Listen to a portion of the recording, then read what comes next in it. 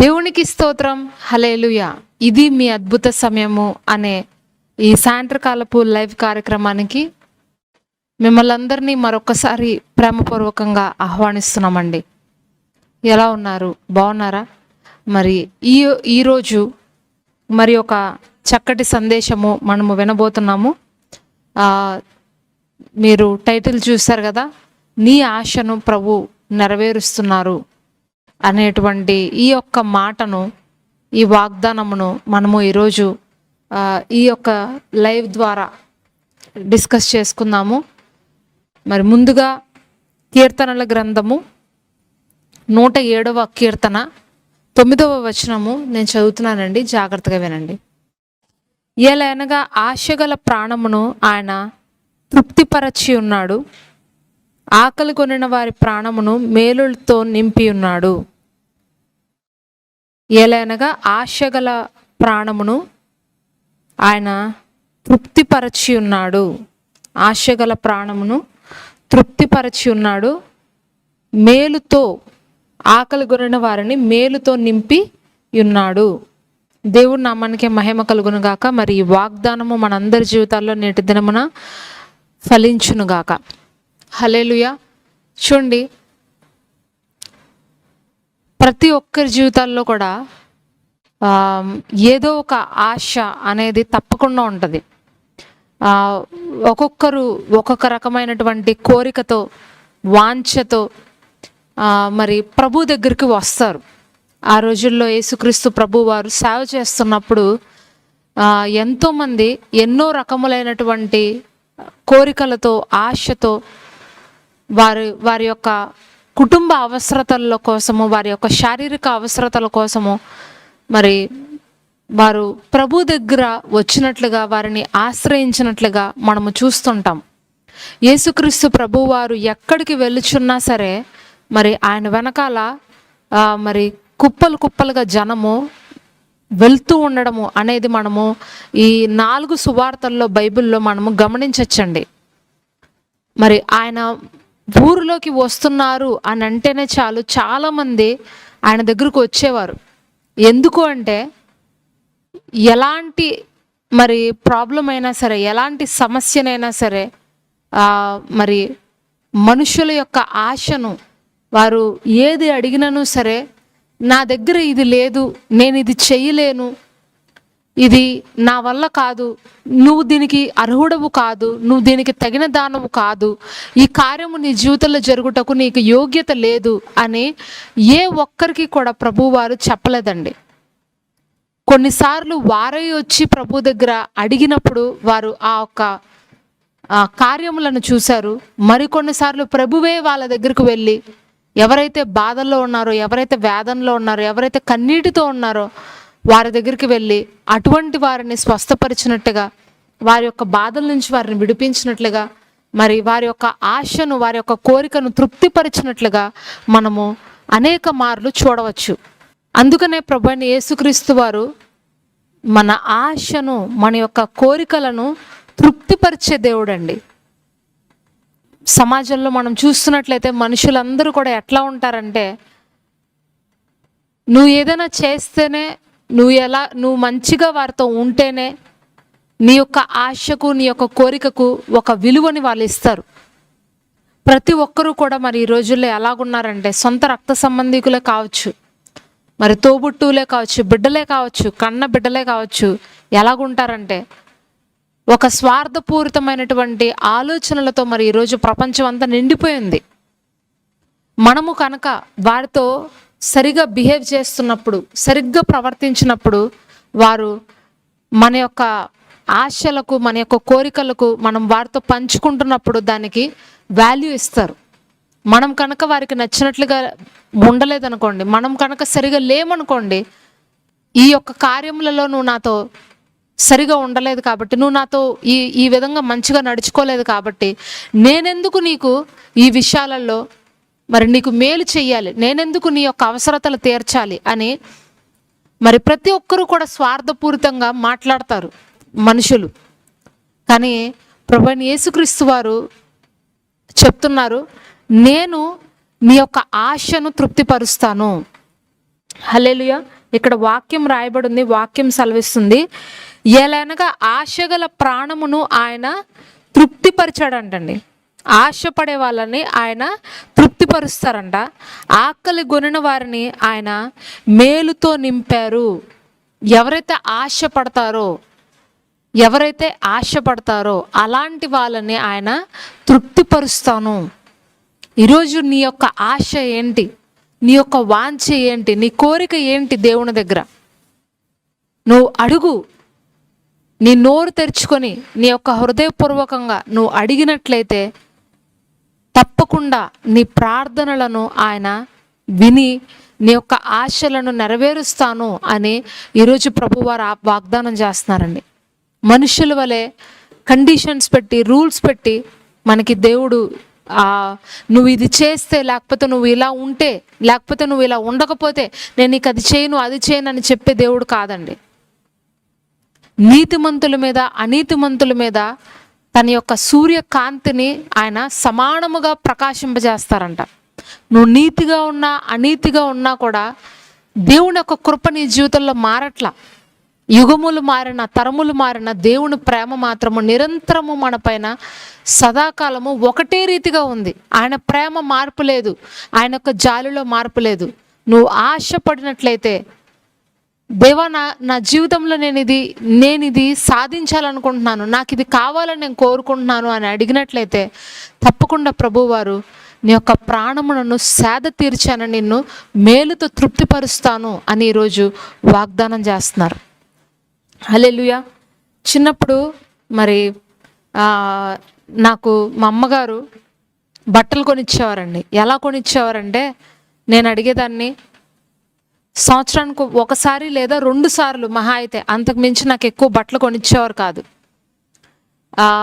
Maximum నా ఒక బర్త్డేకి కొనిచ్చేవారు, లేదంటే ఏదైనా ఫెస్టివల్స్కో లేకపోతే ఏదైనా ఒక ఫంక్షన్ ఇంట్లో ఉంటే అలా కొనిచ్చేవారు తప్పితే ఎక్కువగా నేను వస్త్రాలు కొనుక్కున్న అనుభవాలు అయితే నాకు లేవు నా చిన్నతనంలో. అయితే నేను మనసులో నాకు ఒక ఆశ ఉండేది. నేను స్కూల్కి వెళ్తున్నా, నేను కాలేజీకి వెళ్తున్నా, మా ఫ్రెండ్స్ కొన్ని రకములైనటువంటి మరి వస్త్రాలు వేసుకుని వచ్చేవారు. లేకపోతే మనం బయట సొసైటీలో చూస్తుంటాం, ఈ డ్రెస్ బాగుంది, నాకు ఇలాంటి డ్రెస్ నా దగ్గర ఉంటే బాగుంటుంది, ఇలాంటి వస్తువు నా దగ్గర ఉంటే బాగుంటుంది అని మన మనసులో అనుకుంటాం కదండి. మన యొక్క శారీరకంగా మనము ఉన్నప్పుడు, శారీరకంగా మనము ఆలోచిస్తున్నప్పుడు మనిషికి సాధారణంగా కొన్ని ఆశలు, కోరికలు ఉంటాయి.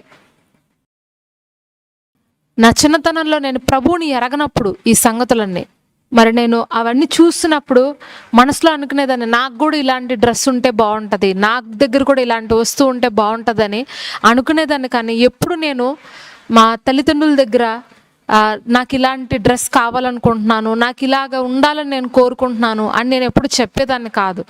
అయితే మా అమ్మగారు నా బర్త్డే వచ్చినప్పుడు నన్ను బట్టల షాప్కి తీసుకెళ్ళి డ్రెస్ కొనిస్తాను రా అని చెప్పినప్పుడు నేను ఎప్పుడు హృదయంలో అనుకునేదాన్ని, ఒక డ్రెస్ కొనిస్తుందేమో, ఒక డ్రెస్ తీసుకొని వచ్చేస్తాము అని అనుకునేదాన్ని.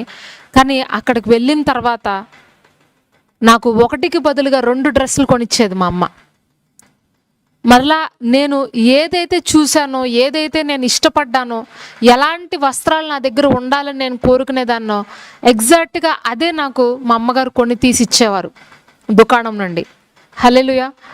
నేను ఎప్పుడు మా అమ్మతో చెప్పేదాన్ని కాదు. ఆ డ్రెస్ చూసినప్పుడు, అది వేసుకున్నప్పుడు చాలా సంతోషించి మా అమ్మ దగ్గరికి వెళ్ళి అడిగేదాన్ని, అమ్మ నీకు ఎలా తెలుసు నాకు ఈ డ్రెస్ ఇష్టమని, నీకు ఎవరు చెప్పారు నాకు ఇలాంటి కలర్ ఇష్టమని అని మా అమ్మగారిని అడిగినప్పుడు మా అమ్మగారు అనేవారు, నాకెందుకు తెలీదు నీ యొక్క హృదయంలో ఎలాంటి ఆశలు ఉన్నాయో, నాకెందుకు తెలీదు నీకు ఏది అవసరమో నాకెందుకు తెలీదు అని అనేవారు ఆవిడ. నీకు సర్ప్రైజ్ ఇద్దామని, నిన్ను సంతోషింపచేద్దామని నేను నీతో చెప్పలేదు అని అనేవారు మా అమ్మగారు నాతో. చూడండి, ఒక శారీరకంగా మనల్ని కన్న మన తల్లిదండ్రులకే మన యొక్క చిన్న కోరికలను వాళ్ళు ఆలోచించినప్పుడు, వాళ్ళు తెలుసుకుని దాన్ని మనకు ఒక సర్ప్రైజ్గా మనకి ఇచ్చినప్పుడు, మరి పరమ తండ్రి, మన తండ్రి అయిన దేవుడు మనలో ఉన్నటువంటి ఆ చిన్న కోరికలను కూడా పట్టించుకోకుండా ఉంటాడనుకుంటున్నారా? తప్పకుండా పట్టించుకుంటాడండి. మీకు ఏది ఇష్టమో మీరు ప్రార్థనలో చెప్పకపోయి ఉండొచ్చు కొన్ని విషయాలు, కానీ మీ మనసులో అనుకున్నవి కూడా ప్రభువు వారు మీకు తీసుకొచ్చి ఇస్తారు. ఎవరో ఒకరి ద్వారా మీకు తీసుకొచ్చి ఇస్తారు. మేము సావుకు వచ్చిన కొత్తల్లో కూడా మేము ఆహారానికి మాకు చాలా ఇబ్బంది అయ్యేది. ఫైనాన్షియల్ ప్రాబ్లమ్స్ వల్ల మేము హృదయంలో అనుకునే వాళ్ళం, ఈరోజు ఈ యొక్క ఫుడ్ తింటే బాగుంటుంది, ఈ యొక్క ఫుడ్ నా దగ్గర ఉంటే బాగుంటుంది అని మేము అనుకుని మనసులో అనుకునే వాళ్ళం. కానీ మళ్ళీ అనిపించేది, మన దగ్గర డబ్బు లేదు కదా, మనం ఎందుకు అనవసరమైన ఆలోచనలు కోరికలు పెట్టుకోవడం, దేవుని పని చేద్దాం అనుకుని మరలా సైలెంట్ అయిపోయే వాళ్ళం. ప్రతి ఆదివారము కొన్ని ఏరియాస్లో మరి మీటింగ్స్కి వెళ్తున్నప్పుడు, వాళ్ళ దగ్గర ప్రార్థనలకు వెళ్తున్నప్పుడు వాళ్ళే తీసుకొచ్చి మేము ఏదైతే ఆ వారం తినాలనుకున్నామో, ఏదైతే మేము ఆ వారము ఆ రుచి చూడాలనుకున్నామో ఎగ్జాక్ట్గా అదే ఫుడ్ ఐటెం తీసుకొచ్చి మాకు పెట్టేవారు. చాలా సంతోషం అనిపించేది. హృదయపూర్వకంగా ప్రభువుకి కృతజ్ఞతాస్తుతులు చెప్పేవాళ్ళం మేము. ప్రభువా, నువ్వు ఎంత మంచి దేవుడివి. మనసులో మేము అనుకుంటున్నాం అంతే, మనసులో మా యొక్క కోరిక అంతే, అది దానిని నువ్వు ఇంత చక్కగా ఇంత స్పష్టంగా నువ్వు ఎలా వినగలుగుతున్నావు తండ్రి అని అనుకుని ప్రభువుని స్తుతించేవాళ్ళం. ఈరోజు నీ చిన్న చిన్న కోరికలను కూడా ప్రభు వింటున్నారు, ఆయన గమనిస్తున్నారు. నువ్వు అనుకుంటున్నావు, నేను ఇది చెప్పచ్చా దేవుని దగ్గర, నేను ఇది అడగచ్చా దేవుని దగ్గర అని మీరు అనుకుంటున్నారేమో.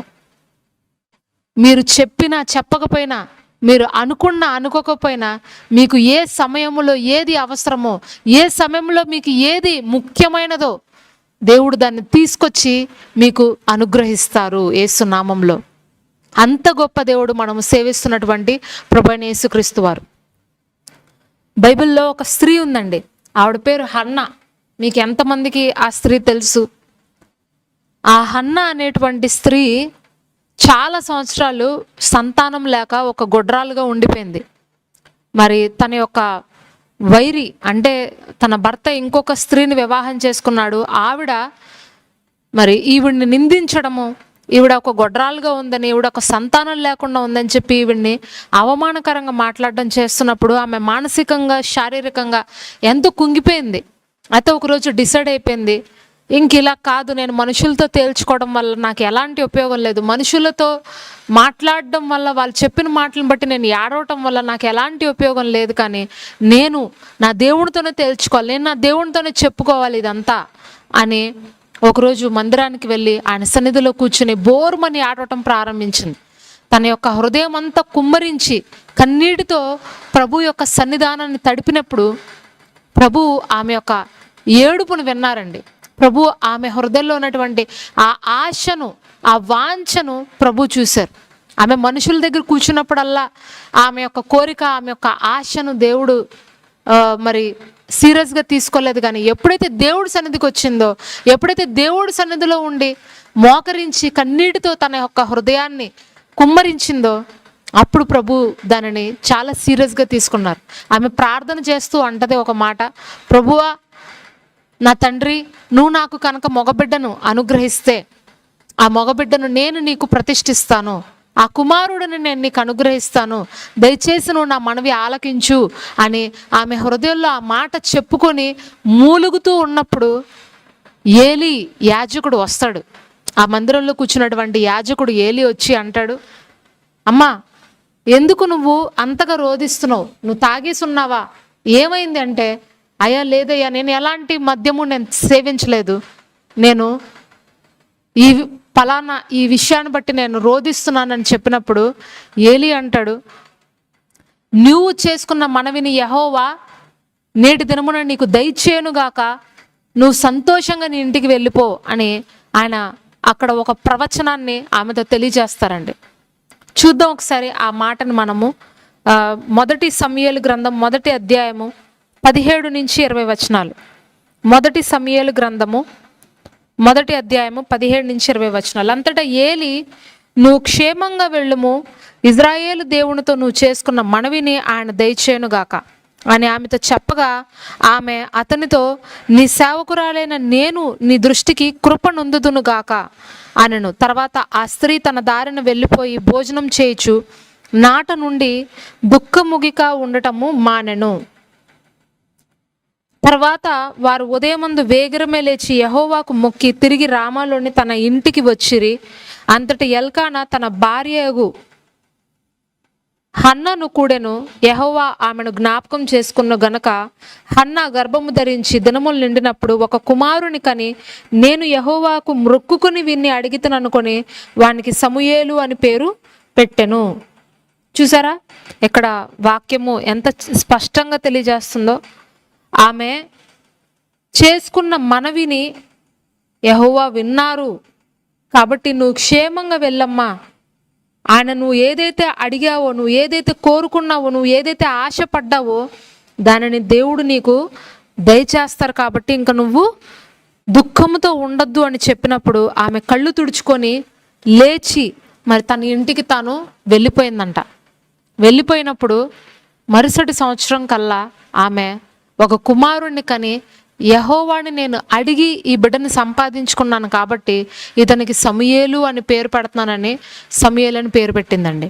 మరి అన్నట్లుగానే ఆమె చేసిన ప్రమాణానికి తగినట్లుగానే మరి ఆ బిడ్డ పాలు విడిచిన తర్వాత తీసుకొచ్చి మందిరంలో ఏలి దగ్గర ఆ బిడ్డను అప్పగించి ఒక చక్కటి బలిని అక్కడ అర్పించి ఆమె తన ఇంటికి తను వెళ్ళిపోయింది. అయితే దేవుడు అన్యాయస్తుడు కాదండి. ఆయన ఒక మగబిడ్డను తీసుకున్నందుకు తిరిగి మరలా హన్నాకు 5 సంతానాన్ని ఇచ్చాడు. హల్లెలూయా. ఒక గొడ్రాలు 7 కుమారులను కంటుంది అని మరి వాక్యం ఉంటుంది చూడండి. అసలు పిల్లలే పుట్టని హన్నాకు, పిల్లలే కలగని హన్నా గర్భానికి చూడండి దేవుడు 6 సంతానాన్ని ఇచ్చాడు. హల్లెలూయా. ఈరోజు ప్రభు మీతో చెప్తున్నారు, ఏ విషయాన్ని బట్టి నువ్వు చింతిస్తున్నావో, దేనిని బట్టి నువ్వు రోధిస్తున్నావో అది దేవుడు వింటున్నాడు. అయితే నువ్వు ఒక తీర్మానం చేసుకో, ఒక వాగ్దానాన్ని మరి ఒక ప్రమాణాన్ని దేవుని ఎదుట చేయి. ప్రభువా, మరి నువ్వు కనుక నాకు ఈ యొక్క అవసరత తీరిస్తే, నువ్వు కనుక నాకు ఈ యొక్క కార్యము నా జీవితంలో చేస్తే నేను నీ ఎదుట ఒక మంచి సాక్షిగా ఉంటాను, నేను నీ ఎదుట ఒక మంచి సేవకురాలుగా నేను ఉంటాను, మరి నీ కొరకు నేను ఒక కార్యమును తప్పక చేస్తాను, నేను ఈ బలిని నీకు అర్పిస్తాను, నేను ఈ కానుక నీకు అనుగ్రహిస్తాను అని ఒక మంచి తీర్మానం చెయ్యండి దేవుని దగ్గర. హన్న చేసింది ఒక స్పష్టమైన ప్రార్థన ఆమె చేసిందండి. అంతవరకు నాకు బిడ్డలు అంటుంది కానీ ఏ బిడ్డ కావాలి, బిడ్డనిస్తే ఎలా ఉంటుంది అనే విషయం ఆమె చెప్పల. ఎప్పుడైతే దేవుని దగ్గర స్పష్టమైన ప్రార్థన ఆమె చేసిందో, ఒక స్పష్టమైన ప్రార్థన, ఒక స్పెసిఫిక్ ప్రేయర్ ఆమె చేసిందండి. నాకు నువ్వు మగబిడ్డని ఇస్తే ఆ బిడ్డ పైన క్షౌరపు కత్తి రానివ్వకుండా నేను ఆ బిడ్డను తీసుకొచ్చి నీ సన్నిధిలో విడిచిపెడతాను అని ఒక చక్కటి తీర్మానం చేసింది. ఆమె మార్గములను యెహోవాకు ఆమె అప్పగించుకుంది. హల్లెలూయా. తన యొక్క ఆశ ఏదైతే ఉందో అది ఆమెను ఒక అద్భుతం వేపుగా ఆమె నడిపించింది. ఈరోజు నీ ఆశ, నీ కోరిక నిన్ను ఒక అద్భుతం వేపుకు నడిపిస్తుంది. నీలో ఉన్నటువంటి ఆ ఒక వాంఛ ఏదైతే ఉంటుందో అది నీ జీవితంలో ఒక కొత్త కార్యము జరిగేంత వరకు కూడా మరి దేవుని సన్నిధిని విడిచిపెట్టకుండా ప్రార్థన చేసే విధంగా నిన్ను ప్రేరేపిస్తుంది. హల్లెలూయా. నీలో ఉన్నటువంటి ఆశ, నీలో ఉన్నటువంటి ఆకలి, దేవుని పైన నీకున్నటువంటి ఆకలి నీతో ఏమని మాట్లాడుతుందంటే లోపల నుండి నీ అంతరంగము, దేవునికి ప్రార్థన చేయి. ఈ సమయంలో నువ్వు తప్పకుండా బిడ్డను పొందుకుంటావు.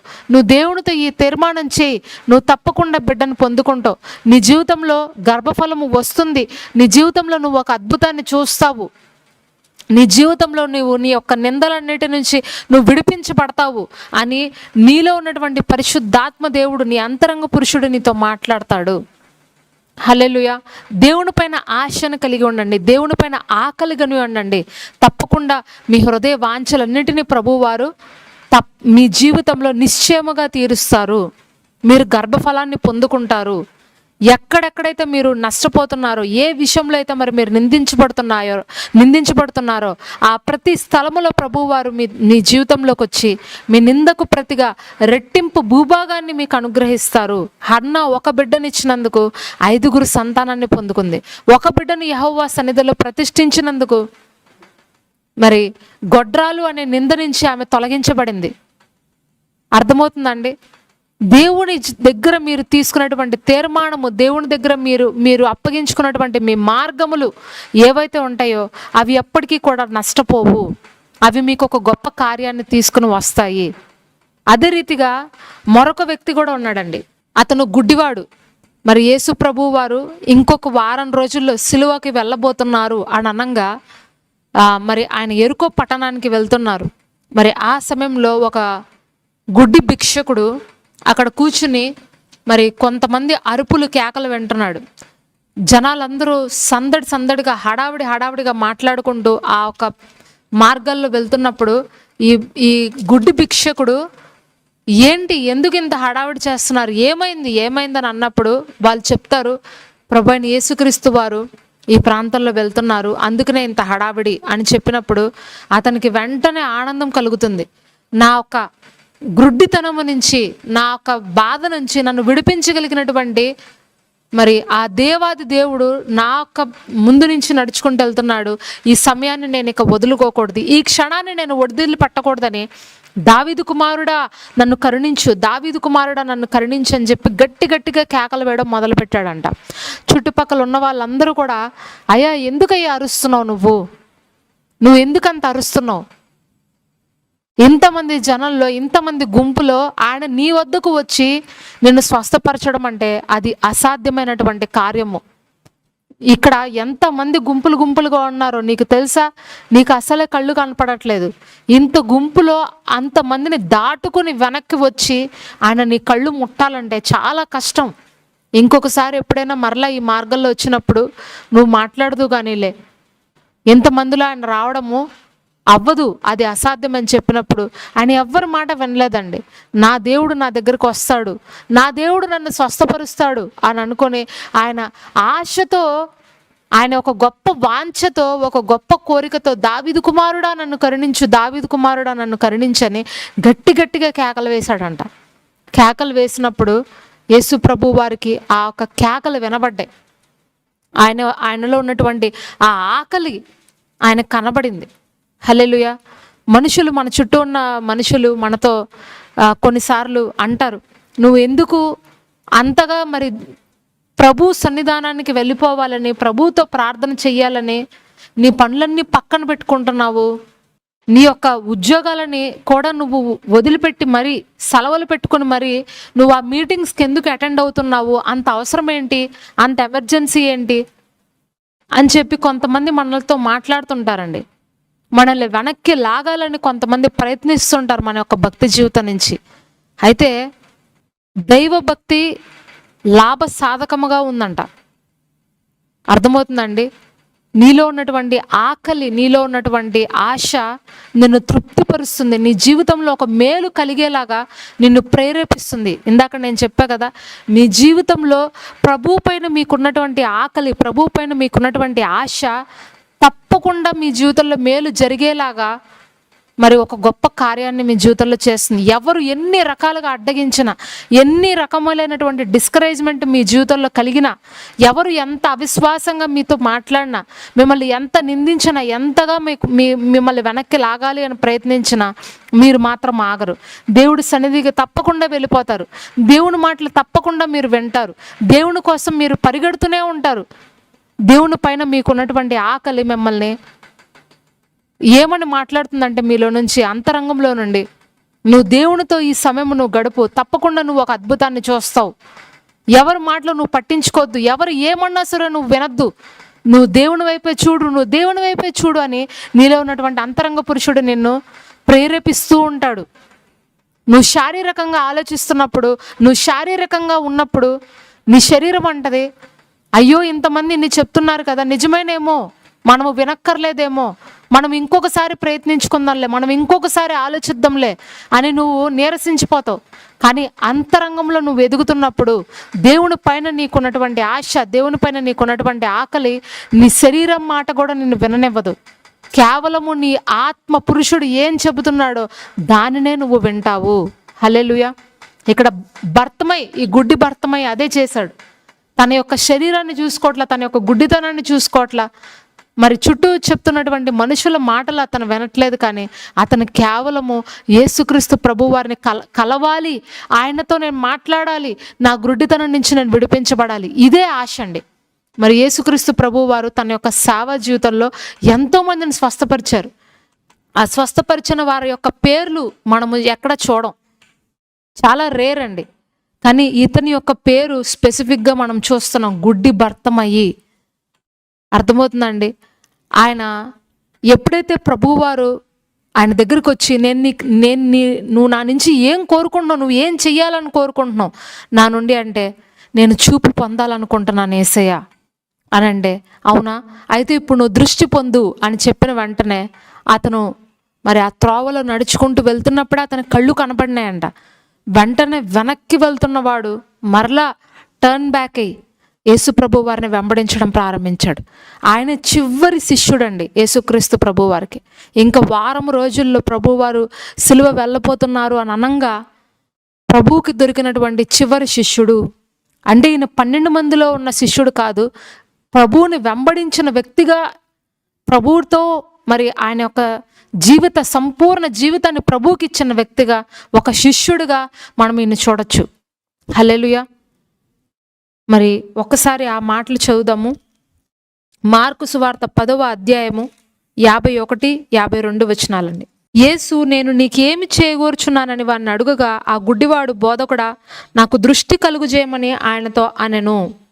అందుకు యేసు, నువ్వు వెళ్ళుము, నీ విశ్వాసం నిన్ను స్వస్థపరచునని చెప్పాను. వెంటనే వాడు త్రోవను ఆయన వెంట చూపు పొంది వెళ్ళెను. హల్లెలూయా. వెంటనే వాడు త్రోవను ఆయన వెంట చూపు పొంది వెళ్ళాడంటండి. మరి దేవుని యొక్క శిష్యుడిగా ఆయన యొక్క సంపూర్ణ జీవితాన్ని ప్రభువుకి ఆయన ఇచ్చేశారు. ఎప్పుడైతే చూపు పొందాడో తన యొక్క పాత జీవితాన్ని, తన యొక్క కుటుంబాన్ని, తన యొక్క రక్త సంబంధికులను, తన బంధువుల్ని, స్నేహితుల్ని, తన లాభాలని ఏది ఆయన చూసుకోవాలా, దేన్ని ఆయన పట్టించుకోవాలా. నాకు ప్రభువే కావాలి, ప్రభువుతోనే నేను ఉంటా, ఆయనే నా జీవితం. ఒకప్పుడు నేను చీకటిలో బతికా, ఒకప్పుడు నా బ్రతుకంత చీకటి, కానీ ఇప్పుడు నా ప్రభువే నా జీవితము. నేను చూపు పొందింది నా ప్రభు వల్ల, కాబట్టి నా కంటిని, నా శరీరాన్ని నేను దేవుని కోసమే వాడతా, నేను దేవుని కోసమే నా సర్వస్వాన్ని అర్పించుకుంటానని ఒక మంచి తీర్మానం చేసుకుని ప్రభు వెనక వెళ్ళిపోయాడు. అందుకనే పరిశుద్ధాత్మ దేవుడు ఆయన పేరుని బైబిల్ గ్రంథంలో లిఖింపజేశారు. హల్లెలూయా. చూసారండి, ఎంతోమంది స్వస్థపడ్డారు యేసు ప్రభు ద్వారా. కానీ ఆయన ఆశ, ఆయన వాంఛ, ఆయన హృదయంలో ఉన్నటువంటి ఆ తపన, ఆయన పేరుని కూడా పరిశుద్ధాత్మ దేవుడు లిఖింపజేసే విధముగా ఆయన క్రీస్తుని వెంబడింపజేసింది. హల్లెలూయా. ఈరోజు మరి నీ ఆశ ఏదైనా కావచ్చు. ఒక భర్తమయ్యలాగా నువ్వు ఉన్నావా, హన్నాలాగా నువ్వు ఉన్నావా? దావీదు కూడా అంతేనండి, నేను రాజు కావాలి అని అనుకున్నాడు. మరి ఆ అరణ్యంలో కూర్చుని యెరూషలేము వైపు చూస్తూ ప్రతిరోజు పాటలు పాడేవాడు, ప్రతిరోజు ప్రార్థన చేసేవాడు. నేను ఎలాగైనా ఆ సియోను పురాన్ని కట్టాలి, నా దేవుడి కోసం నేను ఒక మందిరాన్ని కట్టాలి, నా దేవుడి కోసం నేను గాయకుల్ని లేపాలి, 24 గంటలు నేను ఆయన్ని స్తుతించాలి అని అనుకొని వాంఛ కలిగి ఉన్నాడండి. అందుకనే తను కట్టలేకపోయినా తన కుమారుడి ద్వారా అయినా సరే ఆ మందిరాన్ని కట్టించే విధముగా పరిశుద్ధాత్మ దేవుడు ఆయనకు సహాయం చేశారు. యాకోబు మరి అనుకున్నాడు, నేను వెళ్ళబోచున్నటువంటి ప్రాంతంలో నాకు ఆహారానికి, నాకు ద్రవ్యమునకు ఎలాంటి కొరత లేకుండా ఉంటే నేను తిరిగి వచ్చినప్పుడు నేను నీకు 10వ భాగం ఇస్తానని అంటే, మరి అద్భుత రీతిగా యాకోబు లాబాను దగ్గరికి వెళ్ళినప్పుడు ఒంటరిగా వెళ్ళాడు. 2 పరివారాలతో తిరిగి మరలా తన యొక్క సొంత దేశానికి వచ్చేలాగా ప్రభు అద్భుతం చేశారు. నువ్వు సమర్పించుకో ఈరోజు దేవుని దగ్గర, హన్నాలాగా, దావీదులాగా, మరి భర్తమయ్యలాగా నిన్ను నువ్వు సమర్పించుకో యేసునామంలో. మరి ఒక చిన్న మాట ఉందండి, కీర్తనల గ్రంథం 37వ అధ్యాయము 4-5 వచనాలు చూద్దాము. కీర్తనల గ్రంథం 37వ అధ్యాయం 4-5. యెహోవాను బట్టి సంతోషించుము, ఆయన నీ యొక్క హృదయ వాంఛలను తీర్చును. నీ మార్గమును యెహోవాకు అప్పగించుము, నీవు ఆయనను నమ్ముకొనుము, ఆయన నీ కార్యము నెరవేర్చును. చూస్తున్నారండి, నీ మార్గము యెహోవాకు నువ్వు అప్పగించు, అప్పుడు ఆయన నీ కార్యము నెరవేరుస్తారు. యెహోవాను బట్టి సంతోషించు, ఆయన నీ హృదయ వాంఛలను ఆయన తీరుస్తారు. ఈరోజు నువ్వు దేనిని బట్టి సంతోషించాలి, దేనిని బట్టి నువ్వు ఆనందించాలంటే దేవునిని బట్టి సంతోషించు, దేవునిని బట్టి ఆనందించు. నీలో ఉన్నటువంటి ఆ ఒక అంతరంగ పురుషుని బట్టి, పరిశుద్ధాత్మ దేవునిని బట్టి నువ్వు సంతోషించు. నీ వాంఛలు ఏవైతే ఉన్నాయో అవన్నీ కూడా ప్రభు ఈరోజు తీరుస్తారు. ఒక మంచి మరి ఉద్యోగం సంపాదించుకోవాలని నువ్వు ఆశ కలిగి ఉన్నావా? ప్రభు దగ్గర అడుగు, ప్రభువా నేను నా ఉద్యోగం వస్తే నేనున్న స్థలములో నేను ఒక మంచి సాక్షిగా ఉంటానయ్యా. నేనున్న స్థలములో మరి అనేకులకు నీ గురించి నేను ప్రకటిస్తాను. నా ఒక వచ్చిన డబ్బులో నేను మరి పేదవారికి సహాయం చేస్తాను, నీ మందిరంలో నేను కానుకిస్తాను అని మీరు ఒక తీర్మానం చెయ్యండి. తప్పకుండా ప్రభు మీకు ఒక చక్కటి ఉద్యోగం ఇస్తారు. మరి మీ బిడ్డలు పుడితే మా బిడ్డలని దేవునికి ప్రతిష్ఠిస్తాను, దేవుడి కోసం నేను మరి నా బిడ్డలు నేను కంటాను అని చెప్పండి. దేవుడు మీకు చక్కటి మగబిడ్డని ఇస్తారు. మరి మీరు ఒక మంచి స్పష్టమైన ప్రార్థన మీరు చేస్తే, మీ మార్గాలను ఆయనకి మీరు అప్పగిస్తే ప్రభు మీ యొక్క ఆశను నెరవేరుస్తారు. ఆయన అన్యాయస్తుడు కాదండి, మాట ఇచ్చి నెరవేర్చే దేవుడు మన ప్రభు అయిన యేసుక్రీస్తు వారు. ఆయన అబద్ధం ఆడే దేవుడు కాదు. ఈరోజు మనుషులు నీతో అబద్ధం ఆడచ్చు, మనుషులు నీతో ఇది చేస్తా అది చేస్తానని చెప్పి నిన్ను మోసగించవచ్చు, కానీ ప్రభు నిన్ను మోసం చెయ్యరు. నీ ఆశను ఆయన తృప్తిపరుస్తారు. కనుక ప్రియమైన సోదరి సోదరుడా, ఈరోజు నువ్వు తీర్మానం చేసుకొని ప్రార్థించు. నీ మార్గాలన్నీ దేవుని వైపు తిప్పు, ఈ లోకం వైపు తిప్పద్దు. ఈ లోకంలో ఉన్న కార్యముల వైపు నీ యొక్క మనసును నిలుపుకోవద్దు.